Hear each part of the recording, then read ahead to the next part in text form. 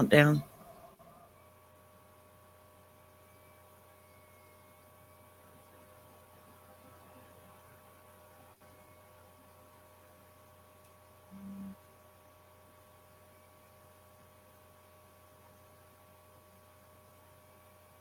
All right. Well, good afternoon or good evening, everyone, and welcome to Real World News TV Live on Facebook. I'm your host, Reggie Curry, and my co-host tonight, sitting there for Sherry Ann Tappan, is none other than the great producer extraordinaire, my boss, Tony Breedlove. What's up, Tony? How you doing this afternoon? Really? Yes, really.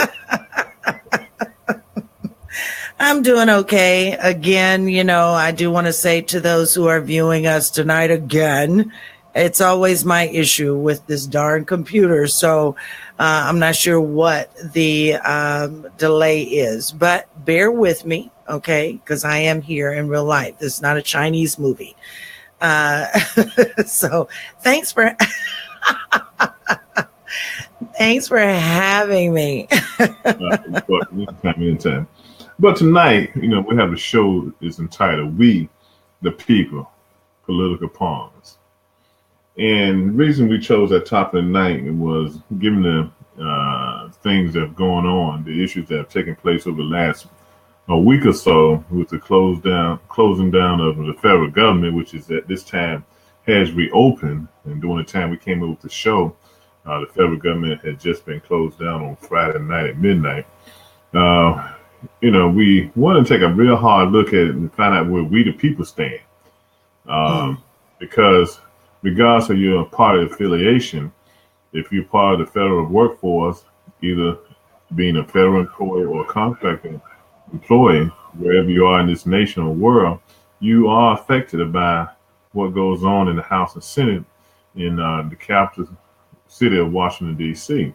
So we thought we'd just take a look at that tonight, along with the other news that's surrounding the village idiot. We thought we would take some time to really look at it and figure this whole thing out, because here in the D.C. area, you're talking about close to, I know Northern Virginia has like 79,000 federal workers. So you might be talking close to a couple 100,000 or more people in the Washington and Maryland, Virginia suburbs that, were faced with the potential of not having a paycheck.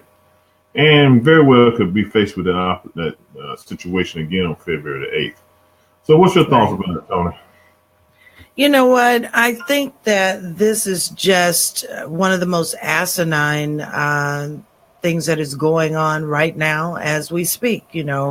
I think that to shut down the government, one, was asinine. I think and it's all basically built on and built around the DACA program, because we know that Trump does not want immigrants in this country. Well, let's say people of color who happen to be immigrants. However, even though that threw me off.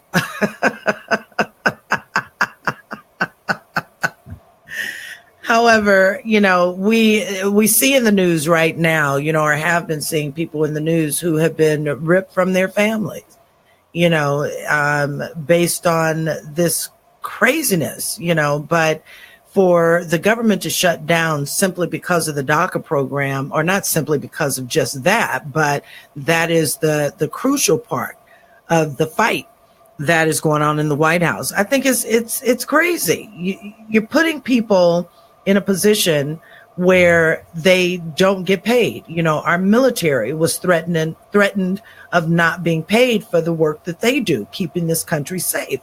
You have people who are in government jobs who lend a lot to what our country stands for, who we are, technology, medical research, all of these things. People are losing money when you shut down the government. It's crazy. Yeah, it doesn't really make any sense. Like I said, I think with the whole situation, neither party won. 45 still on the sidelines and really didn't say anything.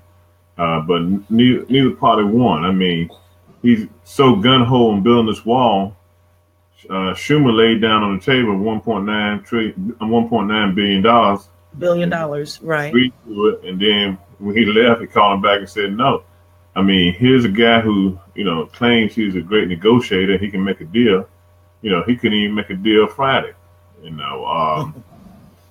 But like I said, we're going to be faced with the same thing again on February the 8th. And if Mitch doesn't do anything as far as moving along where they can discuss DACA and the immigration issues in this country, I'm pretty sure they will be out being furloughed again on February the 8th. And I think what you're going to find a longer furlough this time, because the Democrats aren't going to believe the word the Republicans say. So I think it'll be long drawn out this time, right? Yeah, I believe the same thing. I think that the only reason why this extension was given was because he knew that he was catching flack. But for what? I don't believe that he really understands what this shutdown does. I really don't believe he does. Because if he did, the same comments that he had made about President Barack Obama about having the shutdown in 2013, where he says, well, he should be a leader.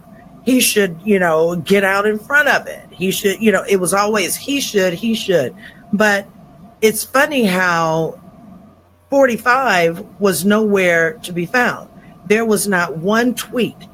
And we know that he uses the tweeting as his lifeline to his base. There was not one tweet during that shutdown. Yeah, I think he went to his party down in Florida over the weekend. Snuck out of town. They said he didn't go to Mar-a-Lago. We don't know. We would never know. We might have shut the press off and went on and did his thing, But okay, yeah. I'm gonna tell you where I'm coming from. Okay, believe me, I think everybody should be given the opportunity to be a part of, be a citizen here in this great country. Okay, but what I don't agree with is the fact that you're gonna take, and this is towards the Democrats, you're gonna take an issue to tie in with the spending bill, okay? And the same thing with the Republicans. They're going to take the wall and try to tie it in with the spending bill, the budget. Just do a clean budget. Deal with everything else. Why are you going to jeopardize 2 million federal employee jobs to make sure you get 800,000 dreamers taken care of, okay? The math doesn't work, okay? And like I said, I'm all for them. Believe me, I have nothing against the dreamers. It's not their fault that they're in the situation that they're in. But we can't use that as a rallying cry to get things done, or use the wall as a rallying cry to get things done. We got people sitting out of work. I mean, I know, I probably know 1,000 people that work with the federal government. I probably know more than that. Just about everybody in this area works for the federal government. Okay. Right. So why are you going to jeopardize the people's livelihood to get the Dreamers bill passed, to get the wall done? It just doesn't make sense. I mean, it doesn't make sense. It really does not make sense. Yeah. Sharon says it's about ethnic cleansing. It's not about the jobs. Look, I got mortgages to pay, car payments to do. Okay, I know a lot of friends that got the same thing. The money is needed, okay? And you can't go on a whim of when things are going to stop. You got to realize you've got people from GS1 all the way to GS14, 15, the whole job. You got that right. And if you take GS10 and lower, those people's salaries aren't that great. Most likely, they're really not. They live in paycheck to paycheck, and they've got to make it, okay? Man, they got to figure this thing out a different way. They can't go off the backs of the people, okay? With everything I heard about this morning, listening to the news, people, they were interviewing people at the Metro. People were upset because it's their jobs, it's their livelihoods. Okay? Yeah, it's crazy. It's crazy. It's crazy. So they got to figure out another way to get this thing done. Okay? Something We got to look at it. Every administration since I know has been dealing with immigration. Okay, and So let me ask you this. Yeah, but let me ask you this question. Do you think they really fucking excuse me. Do you think that they really care? Do they really care? I don't think they Because really. yeah, because the description that we have on the show tonight is basically using us as a pawn. That's the Right. question. Are they using us as a pawn? So, with what we've seen thus far, do you think they really care? If we are pawns, we are basically a pawn in their little chess game. We are. All the people are. Okay. All the people are. It doesn't make a difference who you are. You're a pawn. Because this is a problem. The issue should have been dealt with years ago when there was beginning to be an influx of people from South America and from Central America. Okay. But check this out. The Republicans enjoyed it because it gave them free labor. If you look down in the states of Texas, the states, Florida, California, all those states enjoyed having the illegal immigrants working for them. First of all, they had to pay them benefits, so they could pay them cash on the table. Okay, they were doing jobs that we didn't want to do. Okay, and so they call them home and say, "Look, man, come on across the border. We got a job for you." Okay, the same thing happened here in Maryland on the Eastern Shore. They needed people to be crab pickers, to pick the meat out of the crabs. That's who they went to. So what happened? This thing blew up. Okay, people started getting laid off in the black community and the white community. But more in the white community started getting laid off. They're looking for jobs, but you got illegal immigrants that have the jobs. Okay, this is something that should have been dealt with years ago. Okay, and should have been corrected, and we wouldn't be faced with this problem now, even with the dreamers and stuff. Everything would be they'll be in a better position than what they're in now. That's why I said all the administrations, I think even with Clinton, even old man Bush, have had to deal. They have had to deal with immigration, and it hasn't been done with. And I really don't think, honestly, that this administration is going to get it right. I don't think we're going to never get it right when it comes to immigration. You know what? I have to agree with you because this is something, like you said, that has been going on for forever. As long as that, I think, as long as that we have gotten to a point of being able to understand politics and all of its intricate workings, I think that if that is the truth, that we understand it and had been understanding it, and as long as that's been going on, this has been an issue. And it's not going to be something that is going to be addressed right out because we have to look at the fact that now, especially with this party, the premise of how this party or how this president ran his campaign was making America great again. So why would you address an issue of immigration when the issue of immigration had never been dealt with, or it just hasn't been an issue? Not back in the times of the 50s and the 60s. We never had the issues of immigration. Not until we start getting these staunch Republicans in office, then they're saying, oh, well, let's turn the country back into the way it was. And you know that's code for what? Yeah. Get rid of people of color. Exactly. They didn't want to mess it up. The Republicans were the ones to mess it up. What Trump did during his campaigning, he went out to the countryside and to West Virginia and everything and started making the white folks feel like, well, you don't have a job, blame the immigrants, okay? And that's how it all got started, okay? So then he's riding on this driving his car that says, get rid of immigrants, and the people are backing him. That's what they want. I'm going to get rid of all these immigrants. I'm going to send them all back home when I get in office. And that's what he's been working on. That's what he's been working on. They got a situation now in Michigan where a doctor who's been in this country for 40 years, parents are dead. They migrated to America, immigrated to America, Polish. Parents have passed away. He has no relatives if they send him back to Poland, but they're willing to send him back. Okay, and for what? But they say most likely they're not going to be able to do it. But the thing about it, he's going to be tied up maybe with 5 to 10 years trying to get his name cleared. All because when he was 17, he had 2 misdemeanors. Okay. All right. So he's going to have to struggle to get himself back in situated. They had a case here in the D.C. area where they, over the weekend, they deported immigrant back to Honduras, I believe, or one of those countries. He'd been in the country for 30 years, married and established himself in Texas and everything. Yeah. Hey, and that's what's happening. And Sessions and Homeland Security are turning a deaf ear to it because this is what Trump wants, okay? Absolutely. Absolutely. I want to read this comment that Kira has put up as soon as I can get to it, because I can't see. As always, they have convinced African Americans that immigrants are the root of their problem, and they have done this since the 1900s with every immigrant group. So you know what? I agree with you, Chera. I agree with you. And we are being dumbed down, just as you had said in your comment. And the reason why is because they want it so that it becomes more accepting by people of color, so that we don't fight to be where we're supposed to be or be where we want to be. They don't want us to fight. But listen, I agree with that statement, and I don't agree with that statement, okay?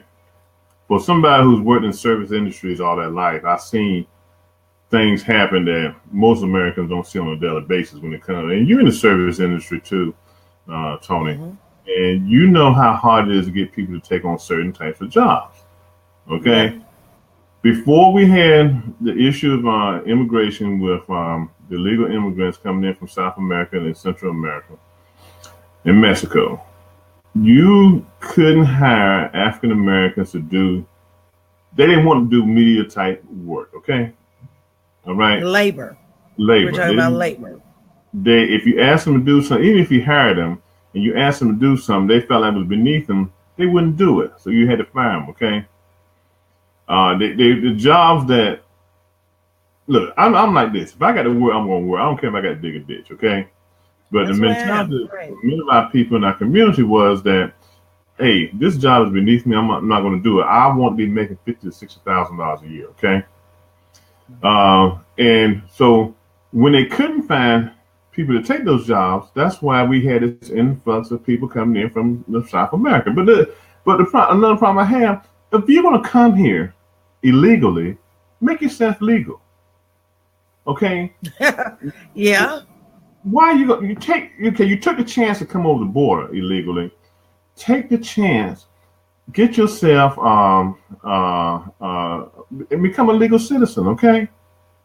Right. That's what you got to do. And that's what bothers me, because I've been here 100 years, now I got to go back. But in all that time, why didn't you become a legal citizen of this country? Okay, I agree with you. They came and took a lot of jobs that black men, white men, purple men, yellow men would have taken, okay? Right. But they weren't they didn't want those jobs. So there was a need to be filled. Look, let me tell you something.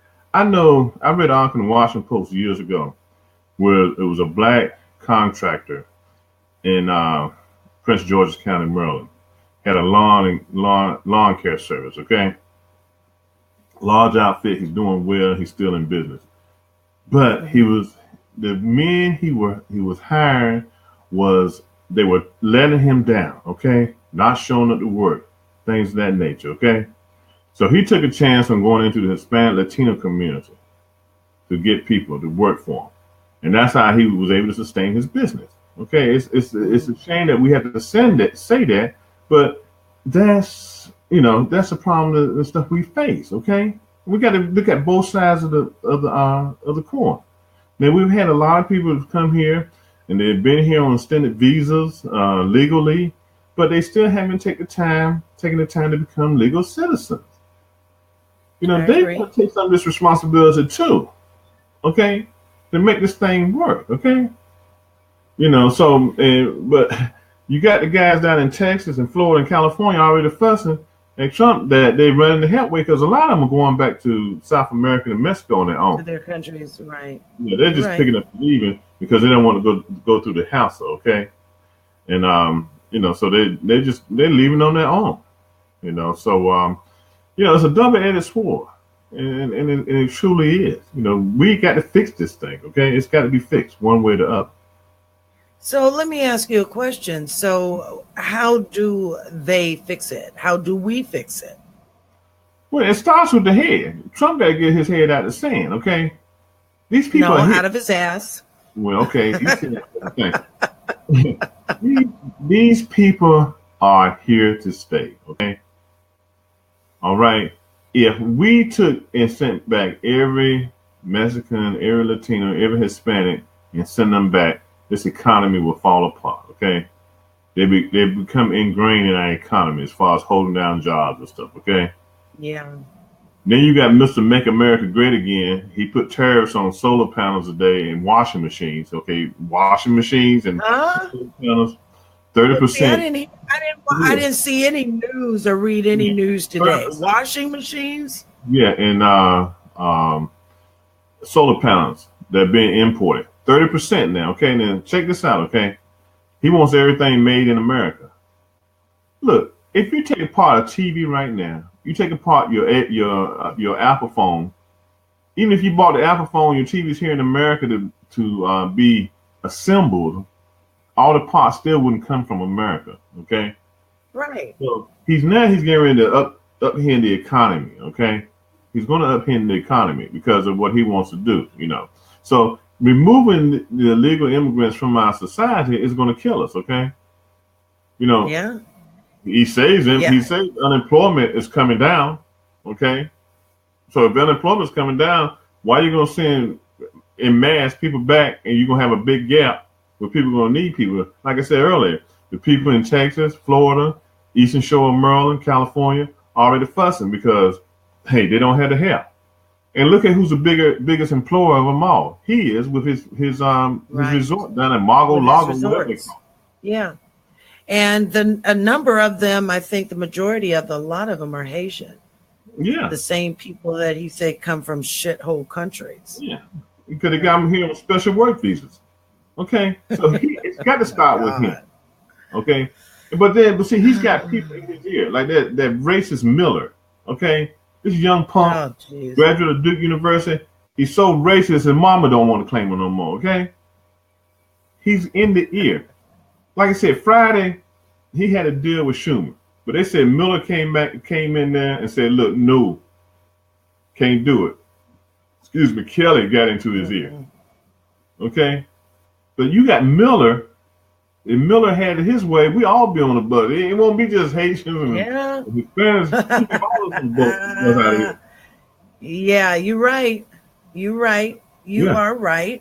Mm-hmm. Oh my gosh. Let's read Miss Chera's comment. She said, how better to get people working in the fields than to put us in an economic depression, put people in positions where they have no choice but to be servants and fill hands.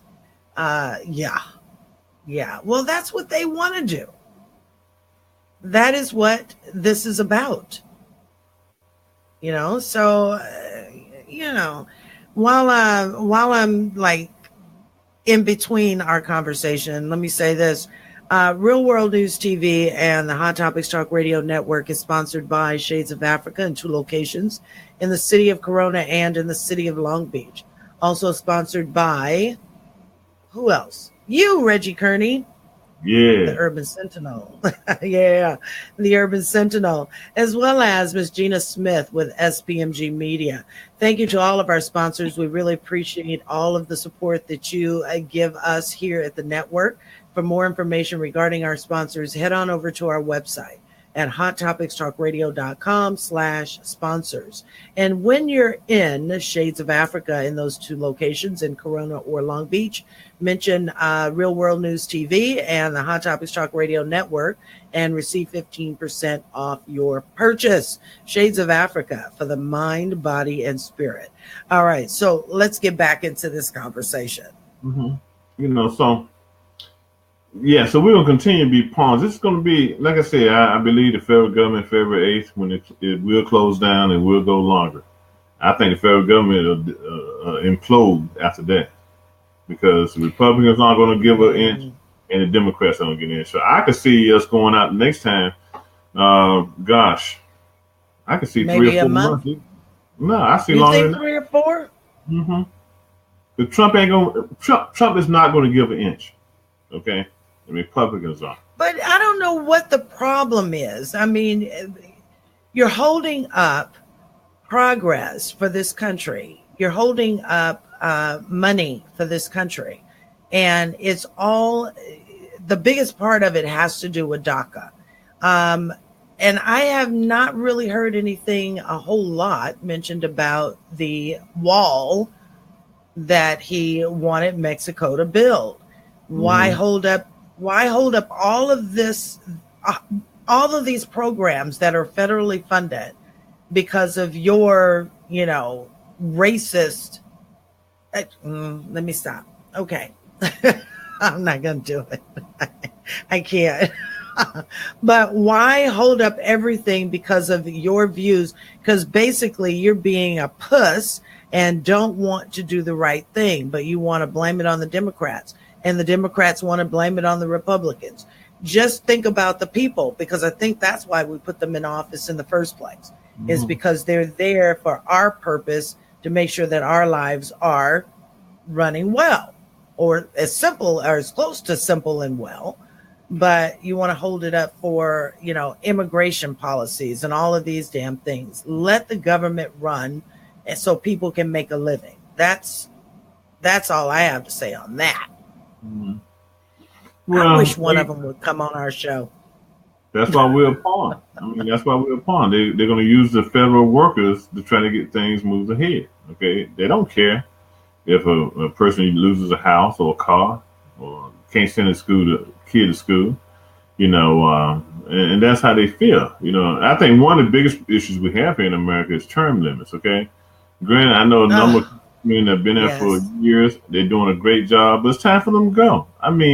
I think Congress should be 12 years and the Senate should be 2 years. 2 terms. I agree with you. And then move on. Let somebody else come in. And move on. Yeah, you got lifetime. But you know what? But I'm, and that's something maybe you can explain to me, because I'm not understanding how they came about the terms that they have now when it comes to serving office. How did that? And I can say I don't know, but do you have any idea how that came about? Well, I think with the Senate, just because it's on 100 senators, I think they just want to give them a longer period of time to get the job done, to get work done. And I think that's why nothing's getting done. I know nothing's getting done, because you got to look at it. They on 50 get elected 6 years. It's like a 3 year, every 3 years you got 50 getting elected. Going up for re-election in the Senate.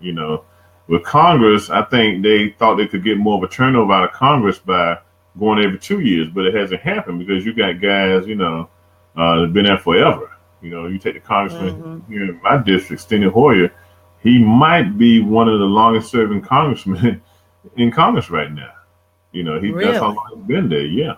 So these guys are career politicians. They all, in their eyes and their constituents' eyes, do a good job, but I still think you got to have that term limit. I think if you had term limits, you'll get better results. You look at you bring in new blood, you bring in fresh ideas, and that the country does not stay the same. Right. It doesn't stay the same. After 2 terms, even for the presidency, the country has taken so many shifts and so many turns within that 4-year period, let alone an 8-year period if the president is reelected for a second term. So people who are serving in Congress or in the Senate, and they've been serving for 12 years of a period, and they can't seem to get it together amongst their fellow colleagues in that time or in that term that they've been serving, then that's an indication that there should be an opportunity for new growth. And that new growth comes from new blood, putting new blood in those seats. right? Yeah, I agree. I mean, you look at the state of Virginia. The governor in the state of Virginia can only serve one term, one 4-year term. Oh, I didn't know that. Yeah, might not be a bad idea for the president of the United States to serve one 4-year term. Keep turning it over, new blood. They go with 2 terms, they give them 8 years to get the job done. And sometimes they do, and sometimes they don't. But I think you got to have a constant turnover with new ideas. And I think that's one of the things you're fighting. You got these guys been around for years, and it just can't seem to get nothing done. Then you throw somebody like 45 in there, and it's really nothing getting done because for some reason they cow down to whatever he wants, even when he's wrong. Yeah, I don't know. Yeah. I don't know. I don't know. You breaking up a little too, you know that? And you know what? You heard saying that. I don't know why. Can you hear me now? I can hear you. A, B, C, D, E, F, G, H, I, J, K, L, Yeah. M, N, O, P.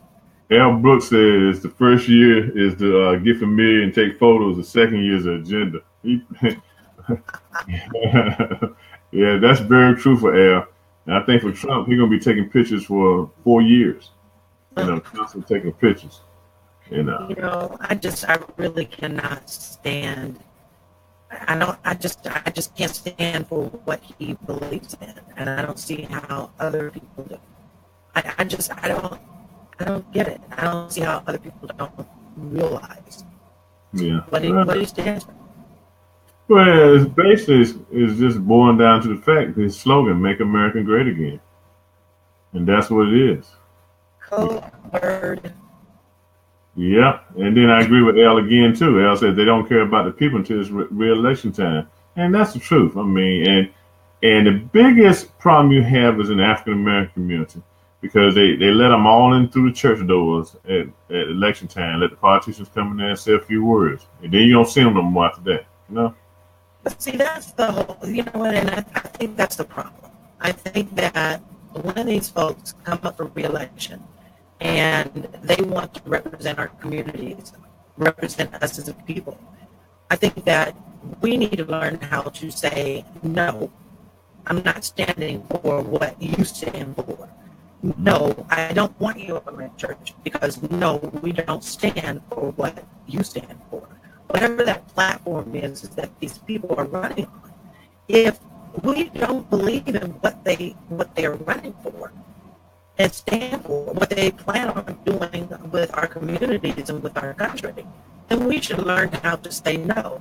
However, that saying no could be the possibility of tainting how the voting system is actually done or how the votes come in.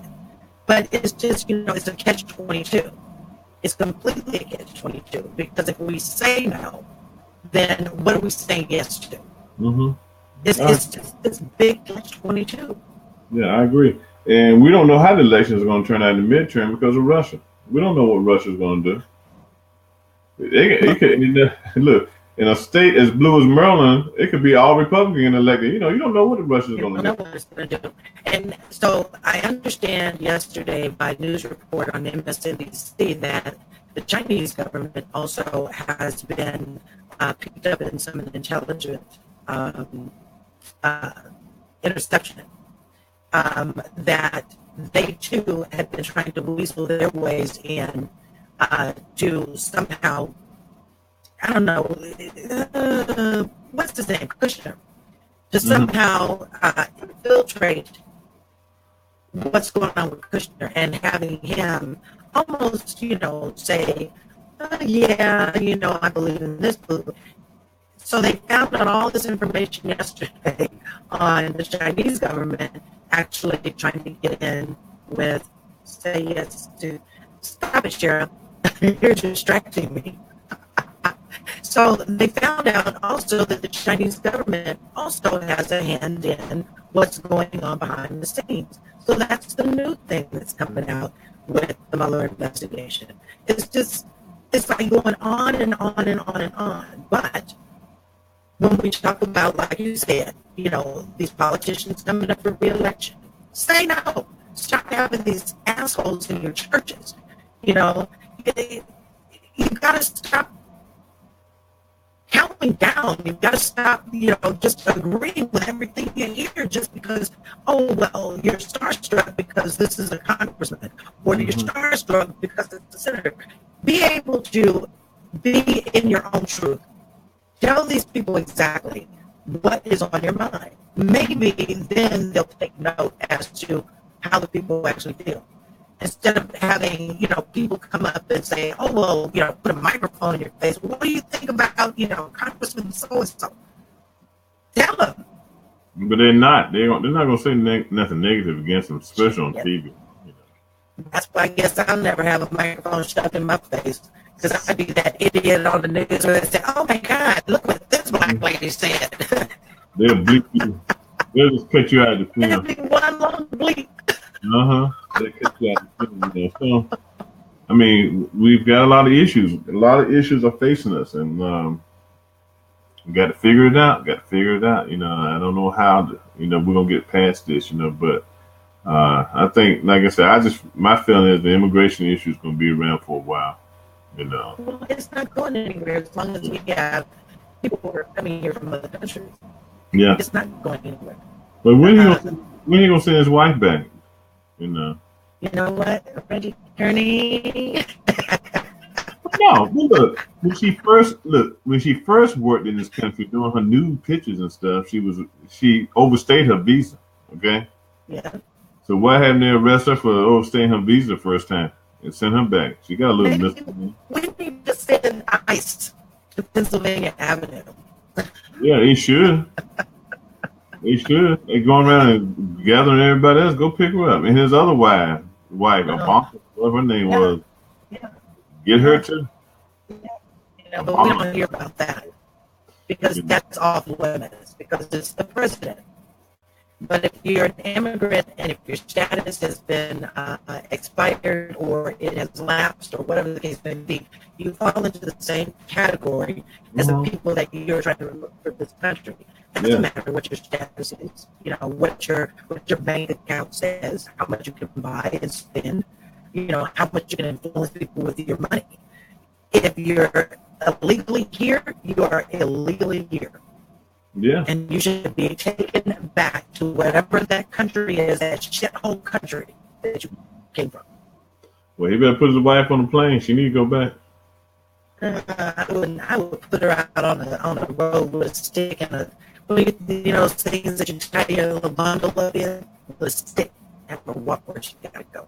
Yeah, so I don't know. And then to the day, you had that shooting in Kentucky. He didn't respond to that. So I don't know. I don't know how his brain ticks. I mean, we know if it had been President Obama, he would have taken to national TV to have a comment about it. He didn't have no comment about it. I don't think he even know what happened. You know what I think the problem is too, though, is for 8 years, Obama had put so many different systems in place. Systematically, he had put things in place with hopes of betterment for all people. That is my view, and I'm just going to stick to that. However, just in this 1 year that Trump has been in office, everything that he is doing has been done on the premise of undoing everything Obama has done. Mm-hmm. That is why I believe, even if my belief only, I could be wrong, but it is my belief that he is in the situation and the country is in the situation that it's in because of just that. He's trying to undo things. Mm-hmm. And things that have been known to people for years, or the opportunities that have been given to people for years, you're trying to now strip these people of this that they know, that they have become accustomed to. And with stripping that, then you're stripping down the entire country. And it doesn't matter if it hurts people, as long as it's an undo of Obama. That's just the way I'm looking at it. Mm-hmm. And you can agree with me, you can disagree with me, people that are listening and looking in. That's just the way I see it. That's the way I see it. So, well, the thing is, you see the true racism that's going on in the federal government now because there was a female astronaut, African-American astronaut was supposed to be going to the Russian The Russian ship. She was going to spend some time at the space station, the Russian space station, and she's been replaced. Okay, and they saying that that 45 had a hand in that. Okay, Really? How so? he asked them to replace her. Okay, Just like that. yeah. Um, um, um, he asked them to replace her and replace her just like that. Okay, now then you had another incident that I'm looking. Oh yeah, one thing I've been noticing too. If you look at his Secret Service agents, the presidential Secret Service detail now, I haven't seen one African American on it. Okay? No. You know, so those are the things he does, and to make America great again. He is not. I don't know, Al. I'm having all kind of issues over here. You're doing okay right now. You sound good right now. But so it's just those issues. I mean, he's a staunch racist. Okay, I mean, he's shown it in every action. He's not the president of America. He's president of white America. Okay, portions are white. Okay, those is his base, and that's the base he supports. So let me ask you a question. How can you not be racist but have racist tendencies, or some of your views can be racist? How can you not be racist? That's a good question. I mean, I think he's a racist. Okay, he's out there. He's everything you see. He puts his hand on and touches is for white America. Okay, no concern whatsoever for Black America. I bet you he's not going to do one thing for the month of February for our little short history month. Okay, he doesn't know how to plan nothing for it. Okay, he doesn't have anybody in the White House who can even plan it. So I think little things like that really going to show where the crack is when it comes to him. Now, to answer your other question, I think you can be racial insensitive and not be a racist. Your actions, okay, your actions. But his actions just blatantly show that, hey, he probably feel more comfortable in the company of David Dukes and the Grand Wizard of the Clan. When you have somebody like Miller working for you who's a vile racist, why, he fired Banner. He fired everybody else. Why don't you fire Miller? Miller well, why would he do that? Right, but see, why would he do that? Well, fire his alter ego? Yeah. He wouldn't. Because he listens to that stuff. Miller, I mean, gosh, Miller's such a racist. You can see him coming a mile, and he looks like an aura walking down the street. I mean, come on, that's how bad he is. But that's what he accepts. He thinks that's right. He thinks so. I mean, this country is really divided. Okay, I'm sorry, white America. You say we need to stop talking about racism. We can't. It's there. But how do you stop talking about racism when we live it every day? I know. Well, and it goes back to what Shara was saying, is that making us believe that it's okay, making us accept it. That I think, and I hate to stutter because I've got so many different things going on in my head, but that is what I believe is going on, where whites do not want to hear us speak on the issues of racism. Because if we spoke on racism as we're doing right now, it tends to be continually uncomfortable for them. It continues to still raise the issue that, yes, this is going on and they don't want to accept it. These are issues that have been around forever, but nobody wants to talk about it. They don't want to accept it. The problem is that they feel like the problem is they feel like because we have much more than what we had 50 years ago, we should be happy that we're able to work where we want to work at, eat where we want to eat at, live where we want to live at. So they feel like we should be happy, But yeah, we might be able to work where we want to work at, but look where we are in our jobs. What levels are we at? Okay, they don't see that. Okay, They don't understand, that we might be in a good job, but look at what position we've been holding for years because we can't break that glass ceiling. Okay, look how many CEOs are there of major 500 Fortune 500 companies. Okay, there is a issue in this country where we don't control nothing. Okay, but we could control our own destiny if we will support each other. We won't even support each other. Okay. Black businesses go under because we don't support them. Okay. We have to struggle as black business people to get things done. Yeah. And that's where the whole thing back in the day, we had Black Wall Street. Okay. I know down in Durham, North Carolina, Raleigh, North Carolina, down the area where I'm from, they had thriving black neighborhoods. Okay.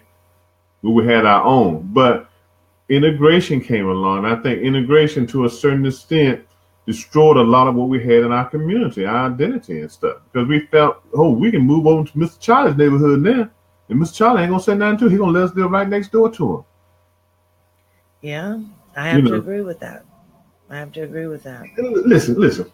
I look, they can keep the black cemetery and keep the white cemetery down south. I don't have to be in the white cemetery, okay?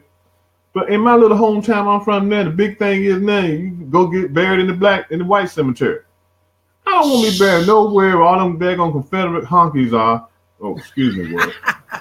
I don't want to be buried nowhere where all them Confederate knuckleheads are. That they won't be bothered with me when they were living. Now you want to take me over there and bury them next to take me over to the black cemetery, okay? The weeds might grow up, they might lose my tombstone, but I'll be at peace, okay? I'll be resting in peace. And see, that's our mentality. You know what? And see, and you know what? You are right. Just because we're given a little piece of something, then we think that, we have to be a part of. Mm-hmm. What happened to, being so proud to do business with Black-owned businesses? Mm-hmm. What happened to, just supporting each other in whatever endeavor that you have or whatever someone has going on? But as soon as we get a little piece of, just a little morsel, just a little, then we have to combine that with white America. Mm-hmm. And there is such thing as white America. People don't want to accept that. It is white America. Or Asian America. Y'all ladies love to get your fingernails done. You won't go to a black nail salon. You go to No. Now, I have a black manicurist. Okay, well, good. You're the only one in America that got one, okay? That's right. I have a black manicurist. But the thing is, you can put a black shop next to an Asian shop, and the ladies gonna go in the Asian shop because they feel like the black manicurist is not gonna be able to do the job. Okay, it's so much of that stuff going on. Okay, we got to get ourselves together first. Okay, then when we get ourselves together, then we can go ahead and tackle white America. But we got to support each other first. And stop blowing each other off, and that's what we're doing. And white America sees that. They know we haven't collected ourselves yet, and that we cannot. They know that, operate. And they play on that. Yeah, but they play on that. Yeah, they do. Shoot, I mean, sometimes I wish the Black Panthers were back around. Okay, now, I wonder how America be the Black Panthers around here. Okay, because listen, a lot of these social programs that took place, the Black Panthers started like free breakfast, free lunch, and all that kind of stuff. They started exactly. That. Exactly. They started that. So I sometimes sit there and wonder, what if I'm not talking about the new Black Panther Party because they're gonna kill somebody after a while. Oh, now you know what? Yeah. Oh my God. I'm talking about the new Black Panther Party got me kind of scared.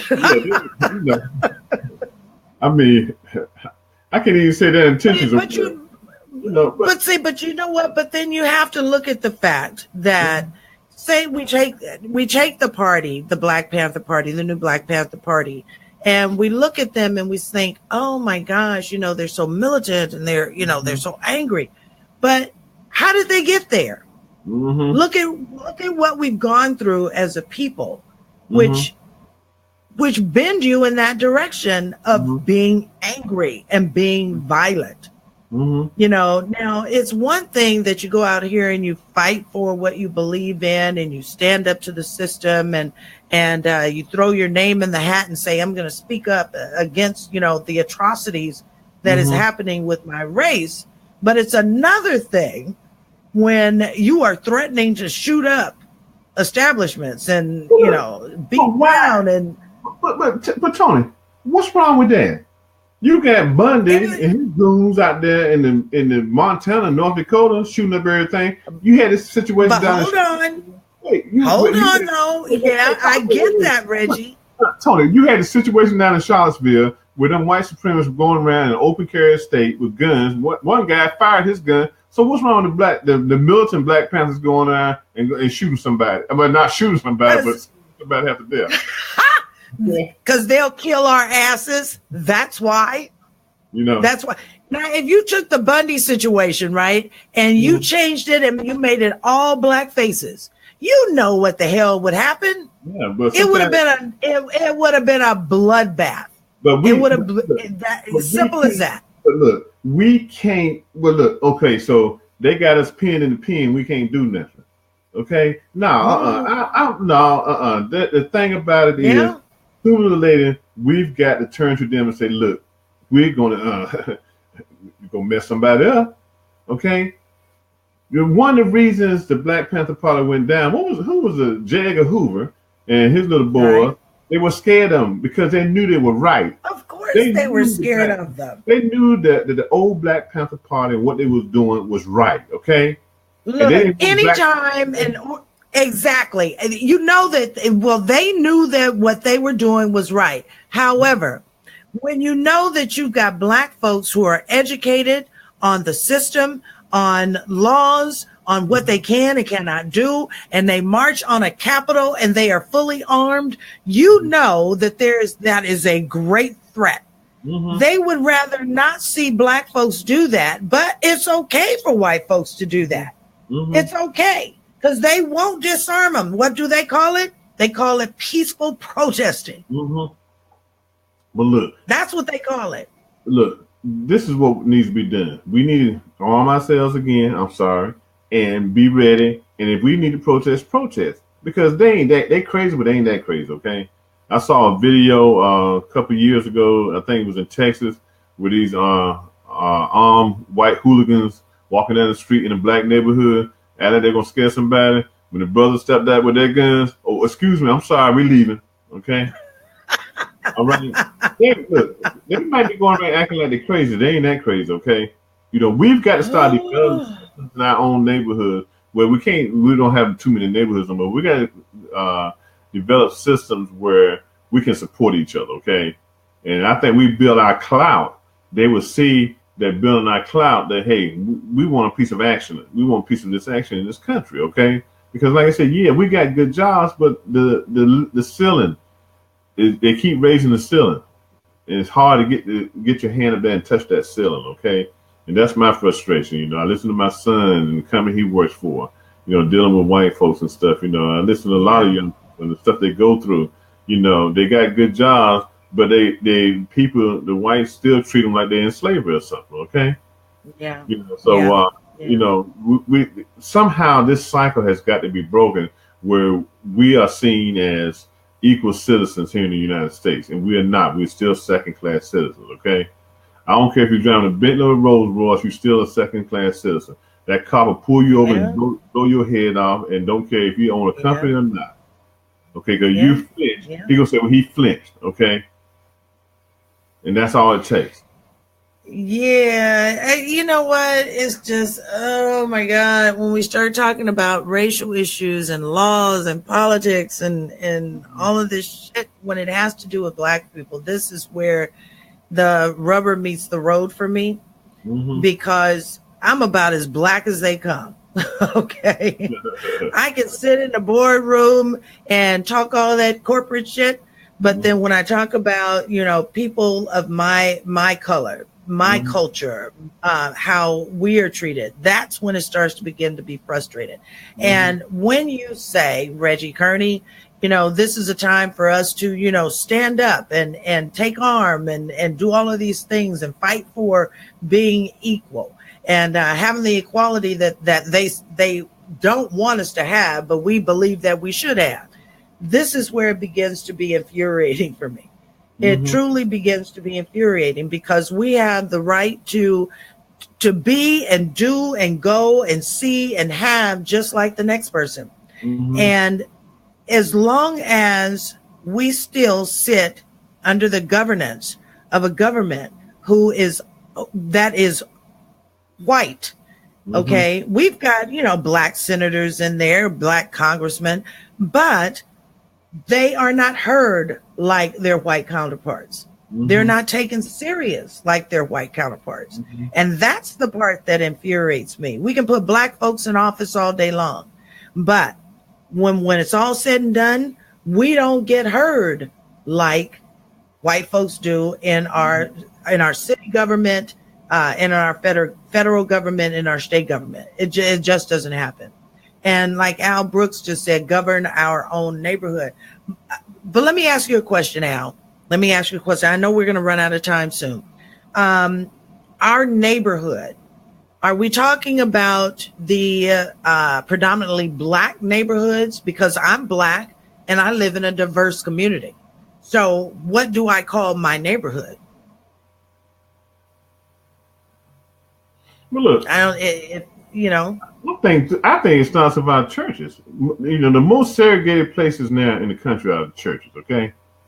So I think we got to start imparting knowledge on the people in our church, okay? And that's where it starts at. If you look at on Sunday mornings, 80-90% of the churches are African American are completely African American churches. That's where you start at. And like he says, like Sharon is saying, you look at the Jewish community, the Asian communities and stuff, they come together and pool their resources together, okay? Now, when I was working in franchising with 7-Eleven, quick story, I was wondering what in this area here in the DC area, why so many young Ethiopians were able to open up and get 7-Elevens. Well, what they do in the community, they have a community lending system, okay, where they'll loan money to one individual. The individual pays it back, and they keep that money rotating, okay, helping each other out. No interest or nothing like that, but helping them attain a business, okay? And that's what they do. Now, if you get Pookie and JoJo and Nico in the same room together and say, let's run this money around continuously, it's going to be a fight, okay? Yeah. And that's where we lost our sense of community at. We've lost our sense of community. We should be supporting each other, but we got the crab, and it comes from. No, but the thing is, though, Reggie, I think that in a lot of ways, because of where we come from, as far as history is concerned, right, as African Americans, I think that we were taught that it had to be more self-preservation than it had to be anything, because you were about to use the analogy, the crabs in the bucket. We know, we know the analogy, but we know the analogy because it was taught to us by history. Because you had black overseers who would beat the hell out of a field hand. He wouldn't support that black man that he saw in the fields. He wouldn't do for him, bring him, some morsels or whatever to his cabin. He wouldn't do that.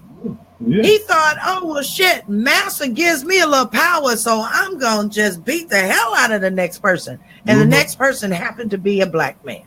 Yeah. We have learned behavior when it comes to not being able to stand with each other. Yeah. So it has taken all of 400, 500 years for us to learn that behavior. It's going to take us another 400, 500 years to unlearn. But I'm not going to be here. I can't get nothing done. I'm not going to be here another 400 years. Come on, man. We got to do this thing now. We can't keep waiting. And look, no, and sure, Ann, it's not diamond and silk. It's flannel and cubic zirconia, okay? Yeah. And she's right. You get people like Diamond and Silk and some of these other nuggetheads that getting to run for our money, okay? But we got to come together. And somebody's got to lead us to the promised land, okay? I don't know who's going to do it. I think it should be Al Brooks. He made a statement. That's a perfect statement. We're a human race and not color, although he loves his melanin. I know that's right.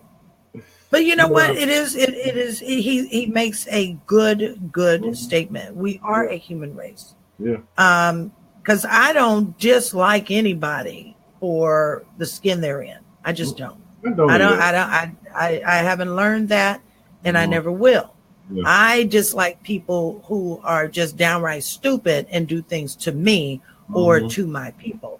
Yeah. That individually, not collectively. And we got to talk out more about this, okay? I mean, maybe we're talking on deaf ears. I don't know, but we got to keep sounding along. We just got to keep sounding along. We got 3 more years to go.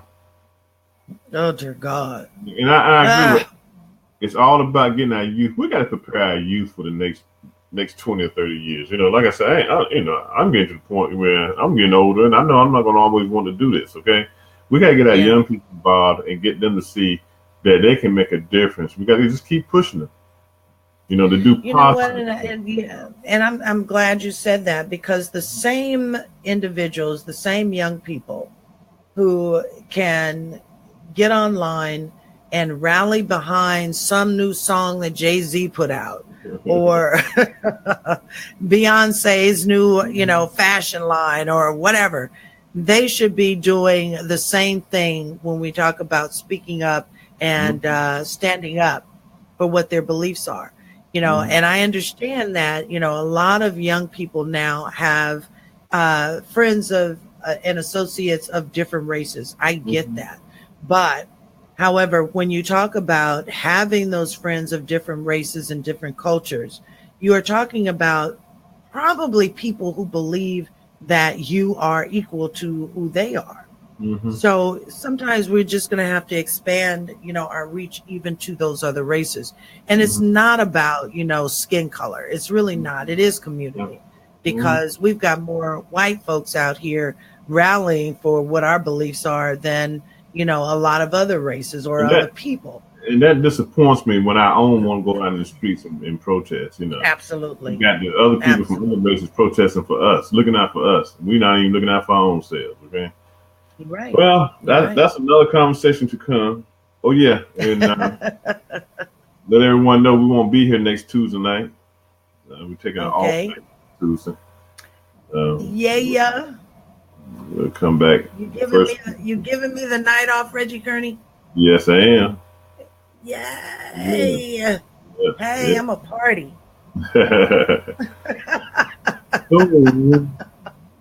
With that, oh my gosh, we came this conversation on into the wee hours of the morning, but I do have to see the man in the morning.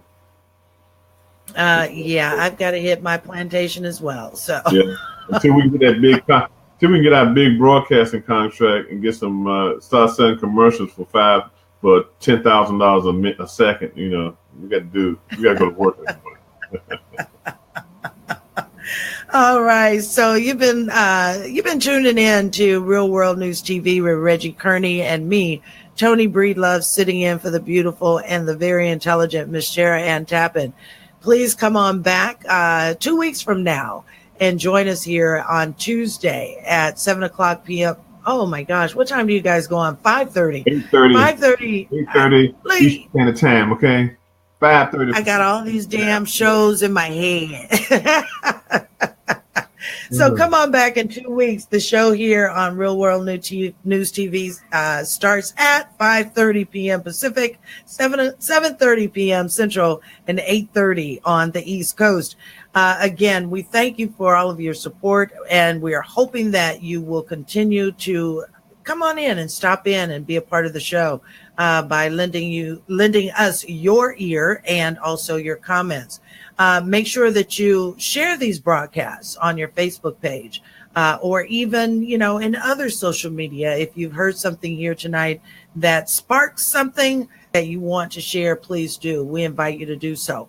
But until then, we will see you guys in 2 weeks. Oh, and again, Real World News TV is sponsored by Shades of Africa, also SPMG Media, and with our very own Reggie Kearney at Urban Sentinel. So thank you so much to our sponsors. Thank you to our viewers, and we will see you back here on Real World News TV in 2 weeks. Have a good night, everybody. We'll see you soon. Hey.